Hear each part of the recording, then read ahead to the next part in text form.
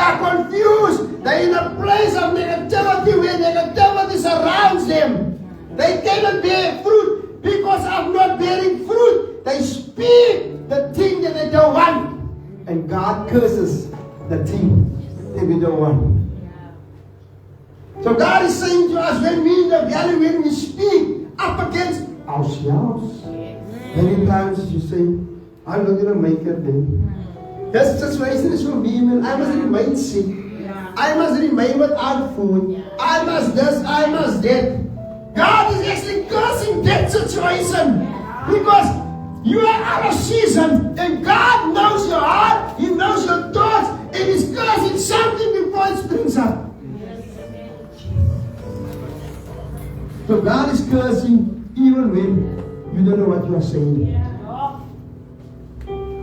So this is a revelation that God gave me. So I'll preach on it one day. But I don't want to emphasize on it a lot. That's why we cannot bear fruit out of season. Because all of us have an out of season. You can't have 12 months with everything going hunky-dory. You cannot have 12 months being on the mountaintop. In this out of season, we talk the very thing we don't want. Weet jy waar jy gaan eet? Here, as January, as Baba tell us say, January, where's the food coming from? Where's this coming from? You have to have a lie of your own life. You never speak the prophetic word, even though in January, God will provide. You never said God will provide. You said to yourself, I don't trust God, I don't believe in God, I cannot stand on His word. That's why I'm saying, I will not have. Who needs to take the root out? Who needs to curse that thing when you can't, when nobody knows? So when God sees your power, what you're about to do in the future, He curses so you don't struggle. Goed is op iets diep volgen. And trust God. But I don't want to speak on that. I want to mention this also, and we're going to go here. Jeremiah 29 verse 11, I preached a 3-week series on this. I heard you will go in this church. So this is purpose. The Lord says in Jeremiah 29 verse 11, for I know the plans that I have for you. Plans to prosper you, not to harm you. Plans to give you hope in the future. But what is the purpose of this plan? It was never your plan. He can only prosper you when you walk in purpose. So purposely He's saying, I have measured out something for you. Because there's something I have for you. I declare the Lord is good. I want to prosper these plans. But you need to walk in the purpose of this plan. What is the purpose of the plan? So Israel's purpose is to walk in the God-given calling. That is the purpose of this plan. So you can have a hope in the future. There's no hope, there's no future when you don't walk in your purpose. Imagine an intercessor doesn't pray. She don't walk in purpose. There's no hope for her future. There's no future for her. She don't have a smile or a joy because she don't do what she's doing. Imagine you are an accountant and you have to work with a spade. Will you enjoy it? Never. You will only enjoy purpose in life for what you're studied for and what you're called for because you love what you're doing. And doing what you love gives you purpose. It gives you hope. It gives you a future. You know what hope comes with this when you love what you're doing. You know that you can make a difference. You know that you are the difference. You know that you will always keep on trying making a difference. Because you love what you are doing. You will never be happy with what you are doing. Because now you want to go in further and further and further. Because you don't want to remain in the same place daily. You want the great I am to give you ideas. To be able to show people the plans and the hope and the future that God has for them. But we need to walk in purpose. There's purpose attached to the scripture. If I cannot preach, if I cannot see signs, wonders, miracles, and deliverance, the kingdom of God has stagnated in my life, not in your life. Which means, when the word comes into a fulfillment in the book of Luke, in the 4 Gospels, it says, the enemy comes and takes the word. Psalm 64, 34, and 104. What are you having? What are you allowing? Because there's no love for God. There's no faithfulness, commitment, and trust towards God. We don't, what we see here, we don't love. We don't appreciate. We need to appreciate. We need to love what we are doing. Amen. I can never drive a car if I don't like driving. Never. If I don't want to become a driver, it doesn't make sense for me to learn how to drive, to learn the rules of the road, because I'm never going to love this thing. But when you love something, you give your all. It's time, and the excuses stays in 2025. It's time, and the excuse that you used to make for this month of January, it stays there. It's the first of every month. Whether you're ready or not, time doesn't wait for us. Amen. It is time that we arise according to the word in Isaiah 61 for the Lord. The Lord. You need to rise and sign. Because guess what? We're losing out. And you're losing ground. You're losing territory. We're losing family members. We're losing anointing. Because I say this with all love. When you study theology and you become a pastor, whatever you become, it's not the wisdom that it carries you through, but it's the anointing and the wisdom of Holy Spirit. It's only the Spirit of the living God that can reveal things. You can study and study and study. Unless you activate what you have studied, it will come to pass. And God qualifies the disqualified. And I'm a product of the disqualified. I'm a product of the underdog. God raised up the underdog. Because you know, when you know it all, then you can say it's me. When he qualifies the unqualified, and when he qualifies the underdog, you have no choice but to say, see and look what the Lord has done. You have no choice. I cannot preach without the Holy Spirit. I don't know what to say to you without the Holy Spirit. As my soul loves and God loves, I can say this in the presence of the Lord. I am very, when I need to preach, I make sure that I ask Holy Spirit to tell me what to tell to the church or wherever I minister. Because I'm nervous. You might not see it. Because I want to remain obedient. I make it my ultimate call to Holy Spirit. Use me. I don't know what to say. I don't know how to say it. But Lord, you know what your people need. I'll never stand and pray and say, Lord, this is my church. This is my people. This was never my church. This was never my people. I'm just the manager, the caretaker, the risk taker, whatever you want to call it. But make sure, don't think if you've been preaching for how many years.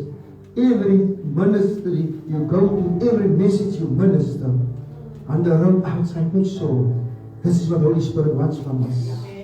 Make sure. Because I don't want it any other way. So I want to speak on the woman of the issue of blood while leaving Cape Town the Saturday afternoon. While the plane was up in the sky, I was reading Bible, and God dropped it into my spirit. And it's been in my spirit. I never preached on it in Johannesburg. Johannesburg was good to me. God did signs, wonders, miracles, deliverance. God healed people. I made video calls from a phone to Malawi. God healed people. I've seen people being set free, 23 years of headaches, 22 years of back pain. I've seen people being set free, being bewitched for over 20 years. I've seen it. This is the glory of God. You know, when you say I'm available, remember when I was ordained as an apostle, that was my son. That was my son praying for me. I'm available. Lord, send me. Lord, I'm ready. Lord, I will go. You know, we just came from holiday. I picked up everything. I got a phone call the Friday, the Saturday morning before confirming anything. The tickets was booked. I asked my wife the morning the tickets was booked without me confirming. And then they said the plane leaves 11 o'clock. We picked up everything. I was here the Friday setting up all the. You enjoy the new sound? Amen. Hallelujah. And we are setting up everything at 7 o'clock. I left the morning, brought them to clean the church. She came back and took me to the airport. I picked up and left everything, all the plans I had. Because of this great God, because I said, I'm available, send me. God has been good to me, you know. They wanted me to stay longer. I said, no, I miss my family. I'm not going to delay. We had a week of prayer and fasting. And then I came back after the 7 days praying alone for deliverance. Hours and hours. I never prayed so long. Morning, afternoon, early afternoon, late afternoon, night hours. My body was extremely sore. Extremely sore. I came back, we had a week of fasting to the glory of God. He allowed me to fast for 4 nights, day and night without food. I only broke my fast Thursday because I had to take medicine. All the glory to God. You know, and my body was sore. I was under attack. My body was under attack. But I've been faithfully here every night. Even though I couldn't stand up some nights because of the pain in my body, the stiffness in my body, I was here. I was here. Even though the Lord said to me the Monday, I understand if you stay home because I know what you are going through. I was here. I was here. I couldn't sleep the Sunday evening or the Monday evening. But I was here because of God. Faithfulness to Him, adoring Him, allowing Him. You will see what He will do. Because it's not my purpose to be here, to serve and to live. And it's our purpose to do what God has called us. So now, the number 12 speaks about completion. So many will tell me that 7 is also completion. Because there's 7 days in a week. Right? But the number 12 speaks about completion in a way of every season has come to an end. The 12th month is the last of the season. Whether you're ready or not, it will end with you or without you. So number 12 speaks about completion. And then you go back to number 1, and it speaks about the new beginning. Because it's the first of something new. Today is the first of the second month. It's the first of the month of love, as they say. Am I right? It's the first of the month of love. It's the first of the shortest month. You know, there's many first things. So the first is always something is about to happen. So we have completed the year, we have completed the cycle of trials, tribulations, breakthrough, whether it was on the mountaintop, whether it was on the hill, whether it was in the valley, we have completed it through the grace of God. It is done, it is over. So now something is about to happen. So why can we not see that in the summer season, when we have more, when God grants us, you need to catch this. I'm going to go very slow, softly, because I'm going to get excited. In summer, God grants you more day. Are you with me? More daylight. You can come from work, Brother Stanton, and you can take your family to the beach, because it's still day. When you come home 5 o'clock, you got another 5 to 6 hours of the daylight. So there's extended daylight. God allows this to us. It's something new, it's a good season. But in this extended day, we complain we can't go to the beach. We complain we don't have a car. We complain it's too warm. We complain, we can complain. What are you doing with the extended daylight? What are you doing with it? Winter comes, 5 o'clock when I was you don't sleep again under blankets, it's raining. Oh, I wish I could have done this. Oh, why is it raining now? We need to flow with the seasons. We need to flow with the seasons. So if it's your season, like our dear sister Wendy is working in the beauty, no one want to do the toenails and cover massages in winter. But now they're waiting till the end of May. Because they say to themselves, I don't have money, I don't have money. June or May, they don't have money at all. Now this thing become present. Like present, we're pressurizing ourselves. God promised Abram that I will give you a son. And what will his name be? What will his name be, Abram's son? Oh my goodness. What was the name of Abram's son?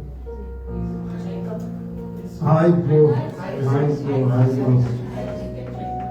Who was Abram's first son? Ek vra dit weer, wie was Abram se eerste seun? Julle is ryk diebares.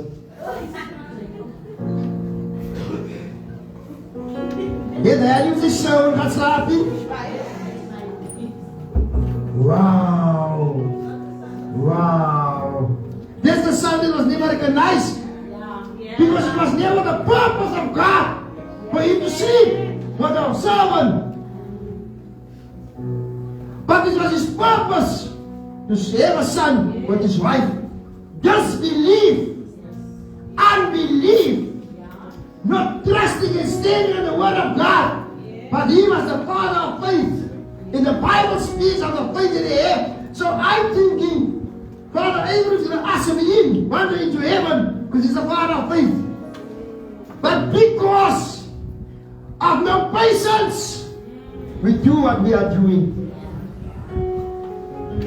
Lord, I want to need a new car, but I can't afford it. I know, Lord, I can maybe sacrifice 3 installments to pay it, but then you need to come through for me. Then God don't come through because He never said to you, do it. You see the patience? You see the purpose of the patience. But then God comes. I don't know where I'm going. Thank you, Holy Spirit. But then God comes and He said to Abram, Abram, as your father is God, I command you to sacrifice your promise. I command you, Abram, to sacrifice your prophecy that has come to pass. Remember, it was prophesied. So God is asking him to give up his prophecy, to give up this promise, even though it was of God. So God said to him, I will make your sons, the stars and the moons and all that will be there. And we see that it's all us that serving God. We are His sons. But now, spirit of discernment is needed. How can I give up a prophecy that is of God? How can I give up a dream that is of God? How can I give up a promise that is of God? All He wants is to show you that He is the one that is in charge. He needs to show you He's in control. You know He's in control, but He needs to show you and shake you a little bit and say, who is before me? Who do you love more than me?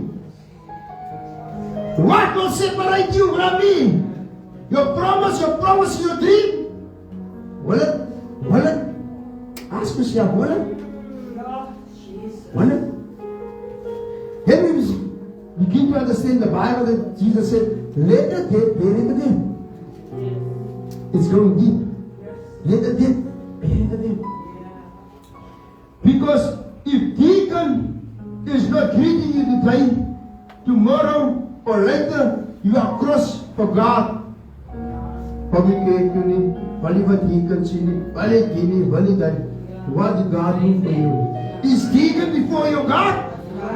Do deacon have forgiveness for you? That is how we treat our God. I want us to see this. This is how we treat our God. I've seen this many times, and I've seen it last year also. When God opened major doors in this house for work and for breakthroughs, yes, no No people.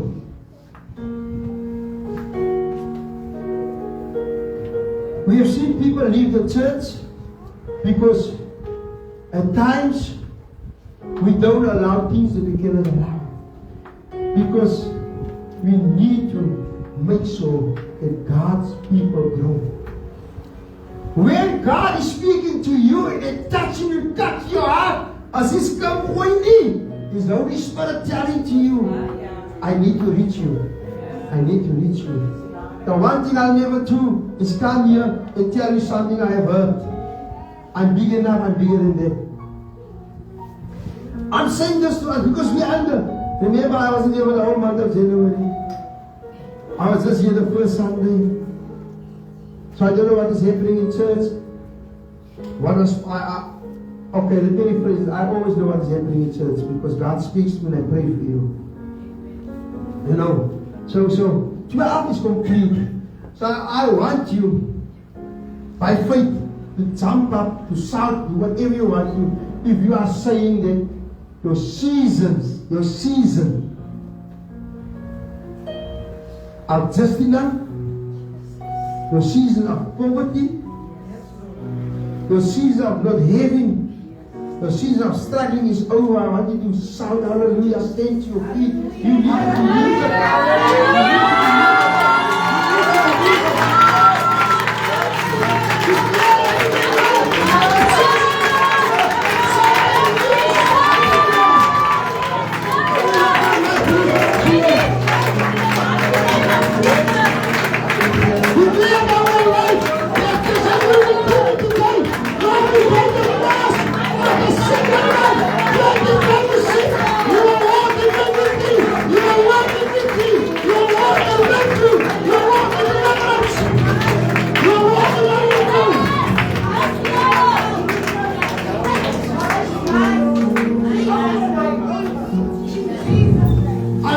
Say it together.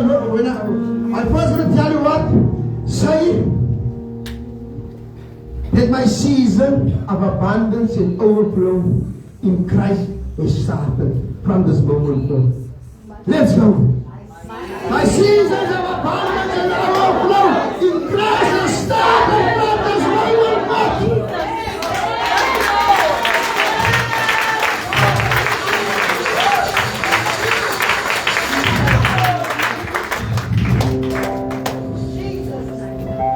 Now to challenge you, those who have sugar diabetes, those who have high blood, those who have chronic sickness, stand to your feet. Stand to your feet. You can't do without tablets. So I want to say to you today, I've been diagnosed 2024 by right prophet, June 2024 with sugar diabetes. I was on tablets for a couple of months only. I'm almost a year free of tablets. I stand on the word of God. I prayed specific prayers. I said, Lord, I'm healed from sugar diabetes. Lord, I'm healed from sugar diabetes. I curse sugar diabetes. I bless my bondage. And I never use tablets again. There's my wife. But with it comes the responsibility of eating right. I've messed up my whole diet in the month of November and December, not eating right. But God has carried me through. So I want to challenge you for the next few months. I don't know how long God is going to allow us to pray. Curse the tablet. Ask God to be your tablet, to be your medicine. Ask God to do it for you. Ask God to come through for you. And wait till He tells you like He have told me, get off the tablet. He said to me, get off the tablet. And I got off the tablet and see what the Lord has done.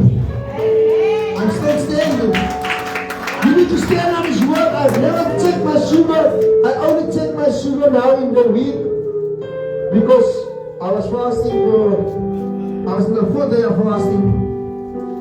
And I needed to take medicine and everything, and I was still okay. But then my nose clogged up and I had to take some flu tablets. You know, but God healed me completely. Even though the doctors want to say what I want to, I know I'm healed.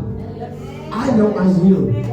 Stop declaring that you need a tablet. Stop declaring your blood is high. Even when you see your blood is high, say, Lord, I thank you for low blood. Thank you for low blood sugar. I thank you my sugar is right. I thank you that my blood is right. Because you need to speak the thing that you want into the atmosphere. And God and the angels will run with it.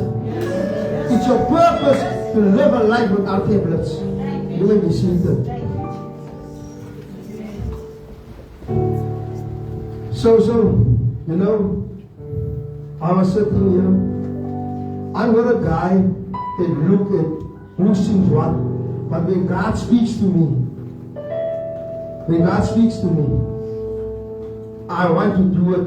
And I say from my dad when it's daar staan, ons begin direct koortjies sing van Jonathan Rubin. Maar net sy gesien, het sy gehoor wat die Here vir jou kan doen.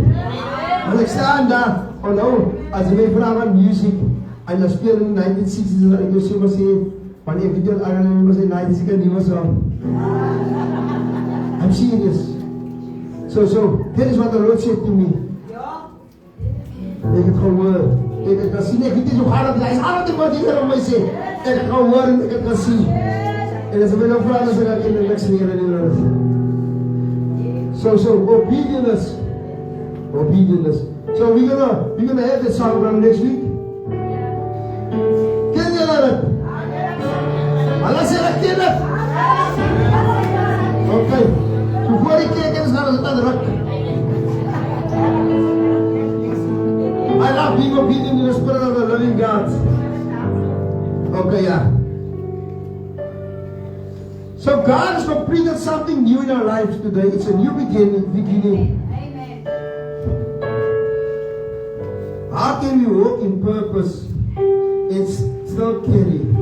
As I'm going to mention this, and you have this in your life, I want you to come to the front.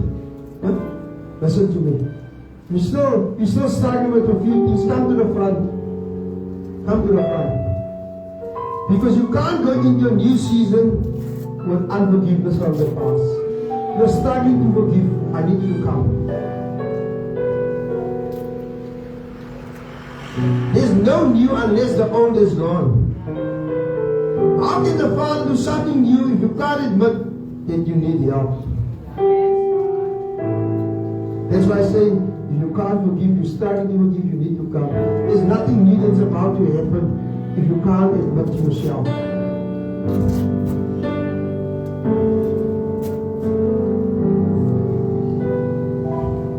We need help, let go. Why continue struggle with the same old thing from the past? So those who've been struggling for years with the same thing, I'm not going to mention anything. You've been struggling with the same thing year in, year out. I want you to come. I know you're here.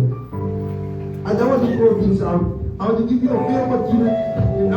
You know why you're coming out. You know what you are struggling for. So I need you to come. God wants to set you free from this very thing that you've been struggling for all these years as a believer. I don't want to mention it because then some of you are not going to come out. So let me just leave it, and then if you don't come, praise God, because you are sitting with it and you're going to continue to sit with it. Because you will only stagnate. When you don't come out with what you are struggling with, you stagnate. That thing becomes your God. That thing becomes your idol. Because we cannot do without certain things. So we need those things to leave. Because this is going to help us to step completely into our new beginning. This is going to allow us for God to take out the old and pour in the new wine. This is going to allow God to pour out the anointing upon your life so you can walk into your purpose.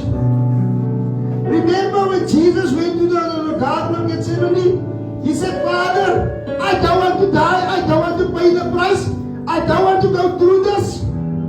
He murmured and he moaned. He gave all the excuses. But when he came to the realization that purpose is for me to die, he said, Father, not my will, not your will. And when he said that, the old is gone, the fear is gone. And God made himself ready by ensuring him, I will be with you till the end of time. And God has showed him, he's with him till the end of time. You know what? Because I was alone and I didn't have a team with me in Joburg. Now remember when people have prayed, I have to pray for everybody. And the Holy Spirit said to me, anoint handkerchiefs, Brother Theo. And I anointed the handkerchiefs and I gave it to them. About 10. And what happened? You know the story. One of the children. Because we see it in church. They had pain. The one couldn't move his arm. It was just more than a month. His hand like this for more than a month. This was very strong.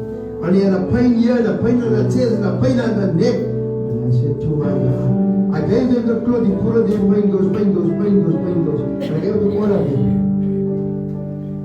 So in essence, I explained to them that whatever's upon my life is prayed on them. So, can you see how impartation works? But we need to let go. Because for a while we're okay. I don't have headaches. I don't have pain. I don't have this and that. And after a while it comes back. Because we don't do what we're supposed to do when we need to step out by faith and stand on the word of God. We don't completely receive our healing because we don't know how to keep our miracle. We keep our miracle by saying, thank you, Jesus. Thank you for my healing. Thank you for my deliverance. And by thanking him, you come to the house of God by praising him. Praise him at your home. Praise him where you go. But you come on a Wednesday and a Sunday when we come together corporately and giving him praise. Can I have the leaders to go and pray for them? You are equipped this year to see the leaders being raised up completely, flowing the anointing, flowing the signs, the wonders, and the miracles. We're going to have a special impartation service. So just lift your hands and receive. Remember, it doesn't matter who prays you. Don't look at them. They carry the anointing. They carry the anointing.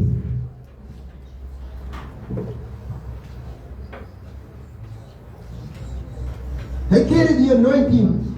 Do prayers by faith, because this thing that you're struggling with, it leaves in the name of Jesus. It leaves in the name of Jesus. In the name of Jesus, it needs to go. It needs to love. It needs to love. It needs to love in the name of Jesus. Yes, it loves. It loves. It loves. It loves. It loves in the name of Jesus. It loves. It loves. It loves. It loves. In the name of Jesus, supernaturally, Father God,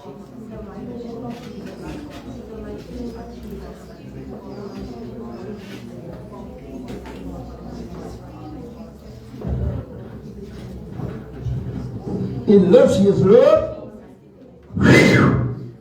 It loves in the name of Jesus. It loves. It loves. It loves in the name of Jesus. It loves. It loves in the name of Jesus. It loves.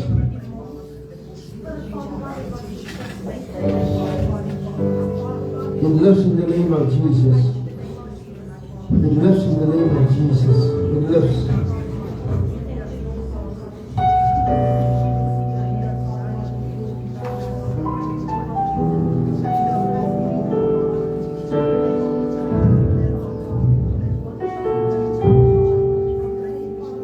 Here we go to Mark 5 verse 25. Shalom.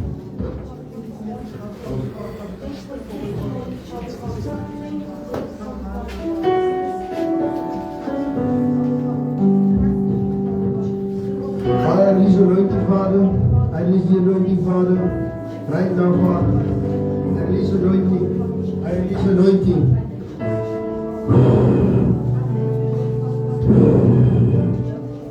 Power of the Holy Ghost.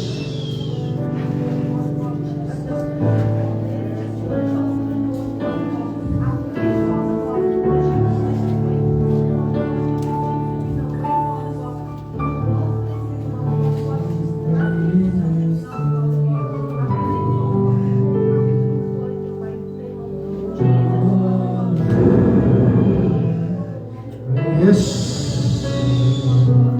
Yes. The struggle goes.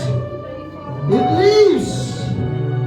It leaves in the name of Jesus. It leaves. It leaves in the name of Jesus.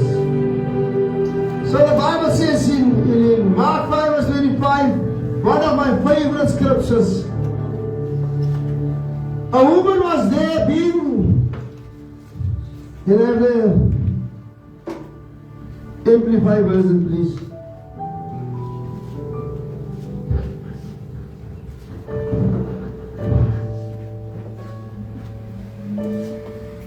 A woman had suffered from a blood issue for 12 years, right? The hemorrhage, a blood issue.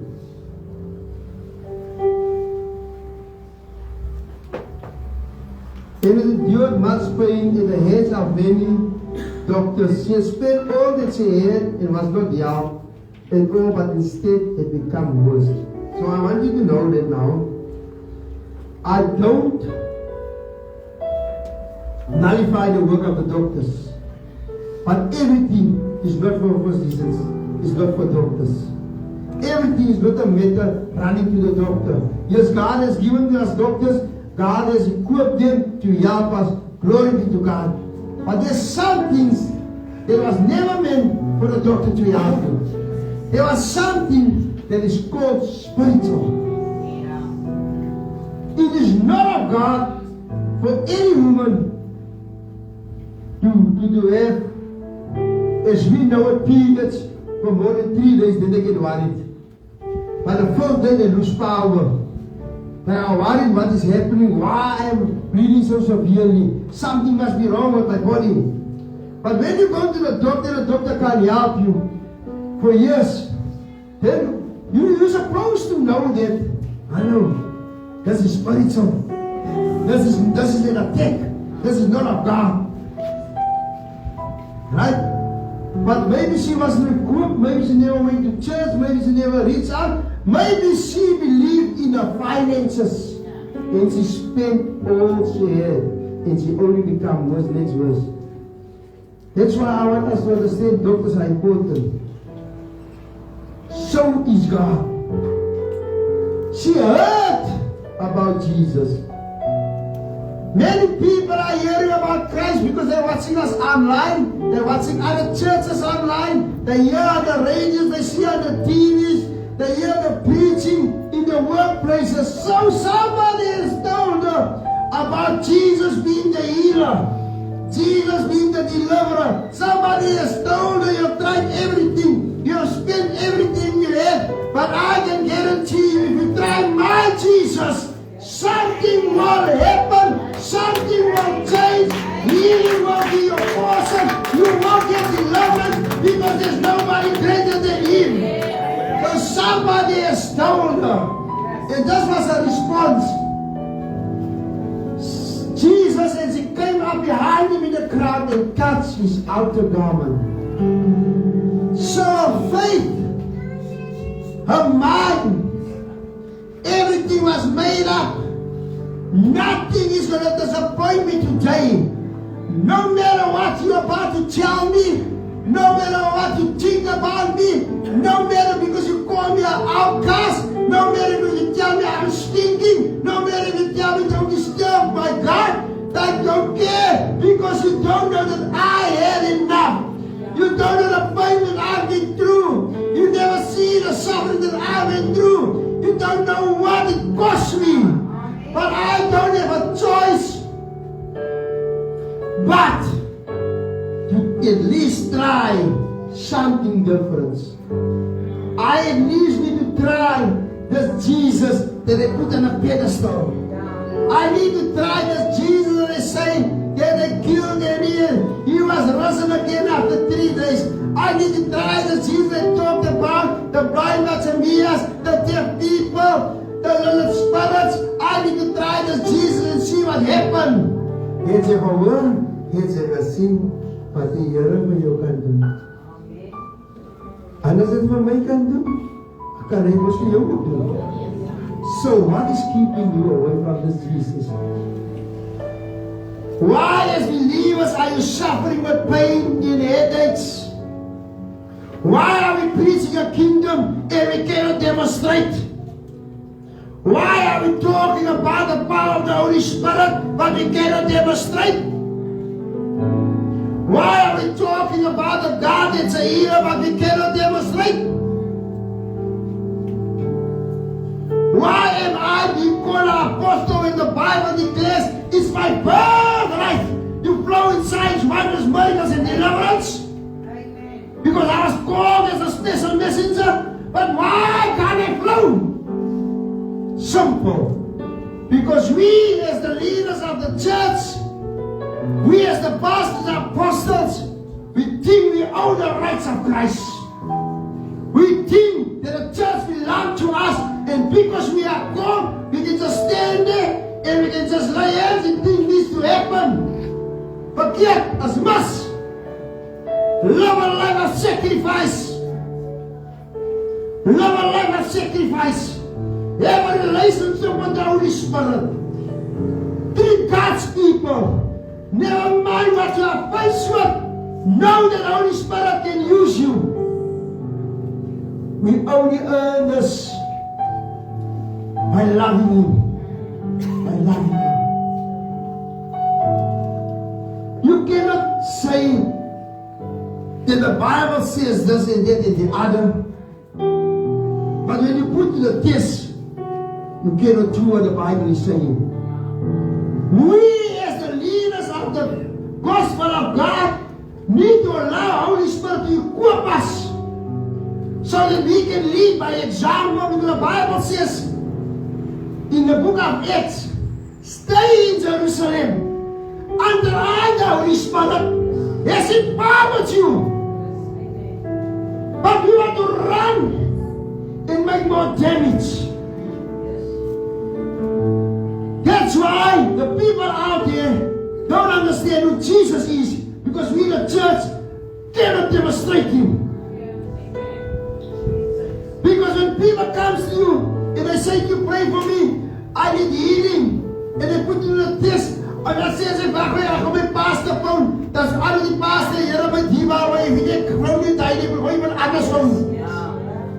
The time when you need somebody, as hy man weg, dat die duiwel hom gevat. I'm not looking down, because God is using me. I'm saying, God can use anybody. Avail yourself to the Holy Spirit, allow you what you make, love Him, be there for Him. Know Him, understand Him. Because there's no devil in hell that is greater than our God.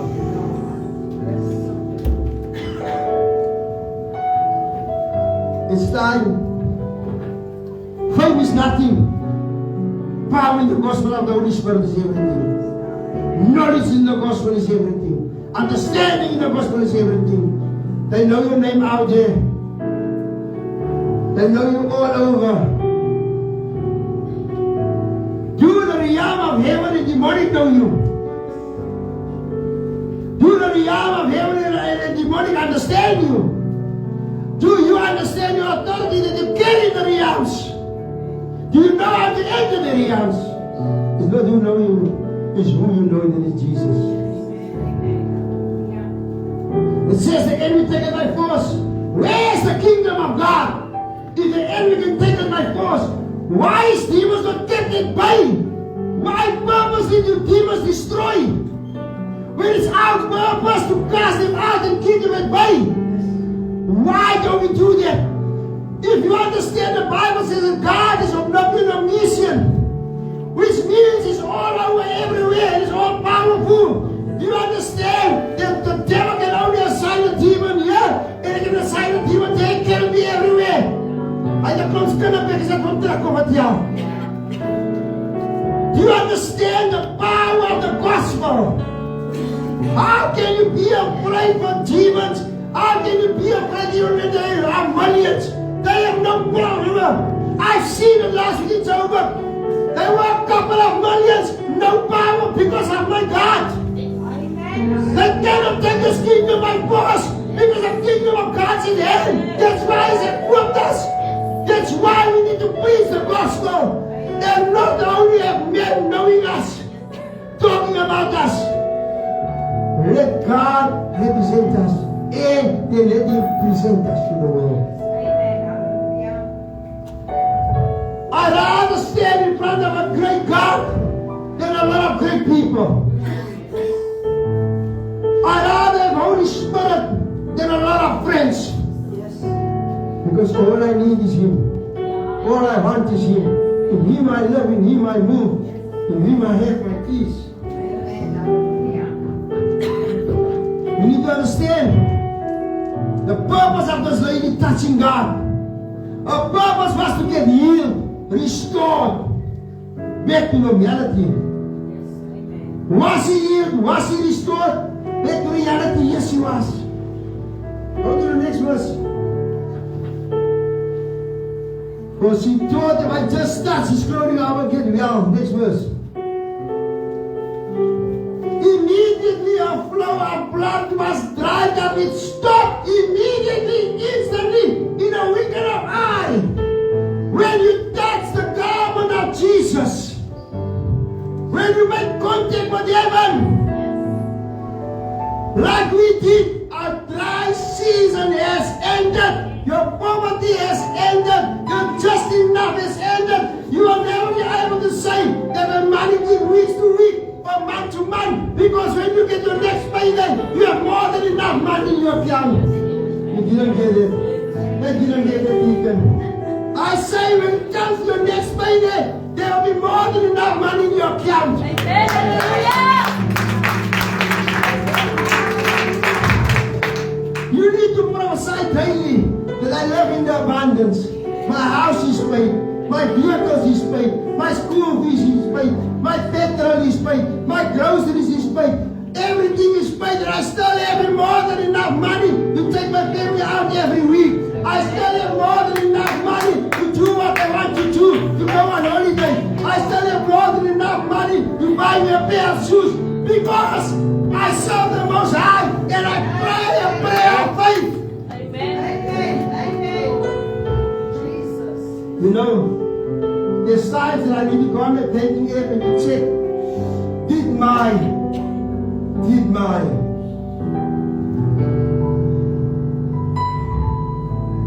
dealer bank off? Did my debit orders? Did my?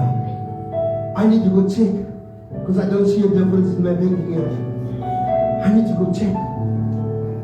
And then I go in, I said, okay, so because of what I've been paying. I understand being the head and not the tail. You don't need to have everything, but you need to have enough to be in the comfort zone of Christ. Knowing, even though it's January, I can play the drum. Hallelujah. Amen. Even though it's January, I can play the holiday because of who I'm serving. Amen. This is all the things that we need to speak to God.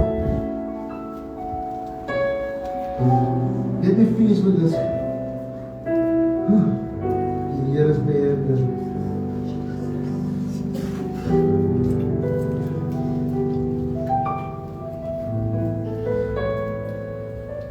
And she knew that she would be healed based on what she knew and heard about Jesus. She firstly had to step out by faith like you guys did. You had to step out by faith. Because stepping out by faith is telling Jesus that you believe, you trust. So you have done that. So today, nothing from the past or generational curse can come back to you. Because you stepped out by faith and you believe. You pressed through the crowd that was here, that is watching you, that maybe was saying in their mind that in this church, the other church saying maybe, I can't say you for to say, but it didn't say, but it died. You pressed through the struggles of life. You pressed through the issues of life. So the issues is no longer. Not worried about what they say, being focused on what you want at this present moment. Willing to pass by, willing to be talked up, willing to be the talk of the town. But you said enough is enough. I will not leave unless He heals me, He delivers me, He sets me free. Because I no longer want to be a slave to fear. And two, whatever my circumstances, I'm desperate enough. Even when they call me an outcast, even when they curse me, I've become desperate enough to say, Lord, take it all. When God came, when I was sitting with His word in the week, just reading Bible, the Lord said to me, what do you want me to take away? That's your issue. Let us start by you. And I got a lot listening. Not about anybody, but about me. Where I need to better. Where I need to leave and let go. Where I need to change. Where I need to become the change. I said, Lord, deal with me. Deal with me. Because it's easy to say, it's you, it's you, it's you. I said, it's me, O Lord, deal with me. Strip me of being an unstable. Make me who you called me for. Purpose I need to walk in what you have called me for.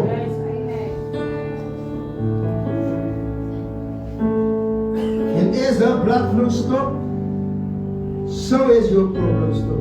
Do you believe that? Yes. There's a few of you. Do you believe that?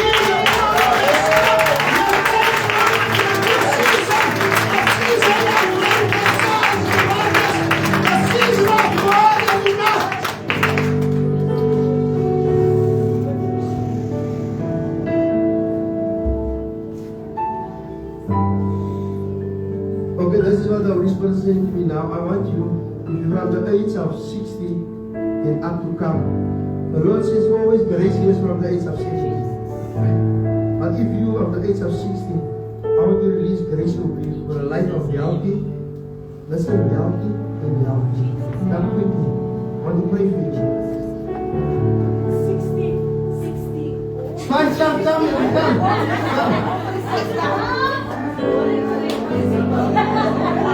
In fact, if you want to come, and we need to release a life of grace over you, of healthiness and healthiness, come.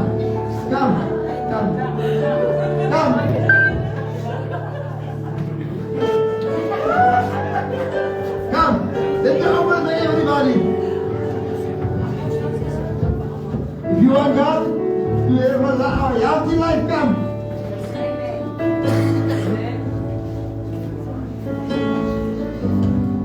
The Lord said you've been trusting me for a while. I'm changing it around for you. I'm changing it around for you, says the Lord. You've been trusting God. You've been stagnating in your life for a very long time.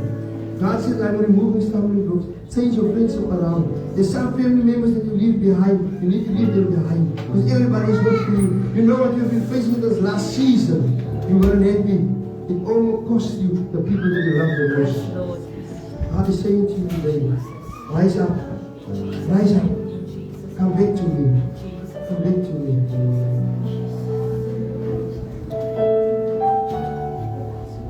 I don't know. That's the first time I'm seeing you today. Does it make any sense to you?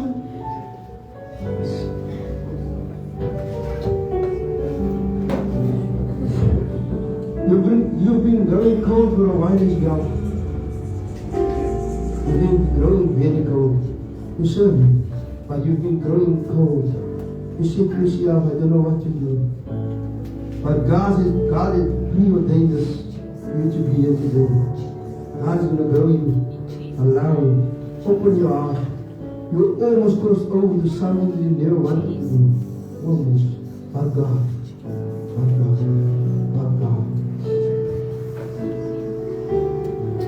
Can we do a corporate prayer?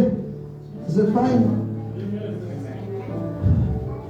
Father, I release another 50, the next 50 years of grace over their life, Father, of being healthy, Father, having more than enough, Father, Father, I now, Father, open opportunities for work for them, Father, Father, I open opportunities for promotion, Father, I open opportunities for businesses, Father, I open opportunities for the family to come in, Father, I open opportunities, Father, I open the door, Father, in the mighty name of Jesus, Father. As you just breathe upon them, Father, you touch them, you change their circumstances, Father. I thank you for the heart of flesh, Father, the heart of stone and men, Father, in the mighty name of Jesus, Father. Also, Father, I pray, Father, in their workplaces, Father, when people come with their issues, Father, I think you no longer want to touch them, no longer want to surround them, Father.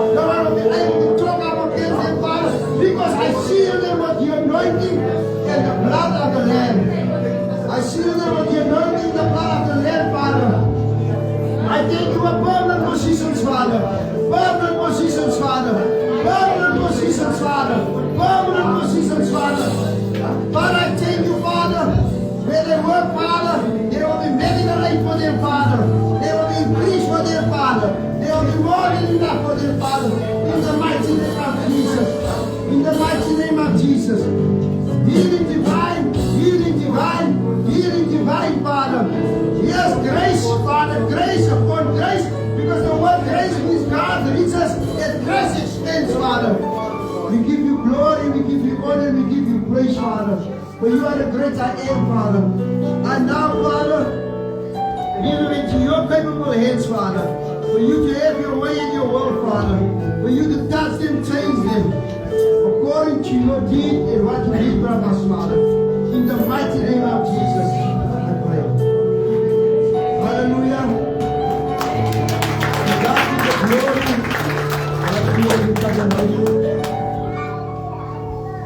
Amen. Did you enjoy the service, church? When God is in the house, all things are possible.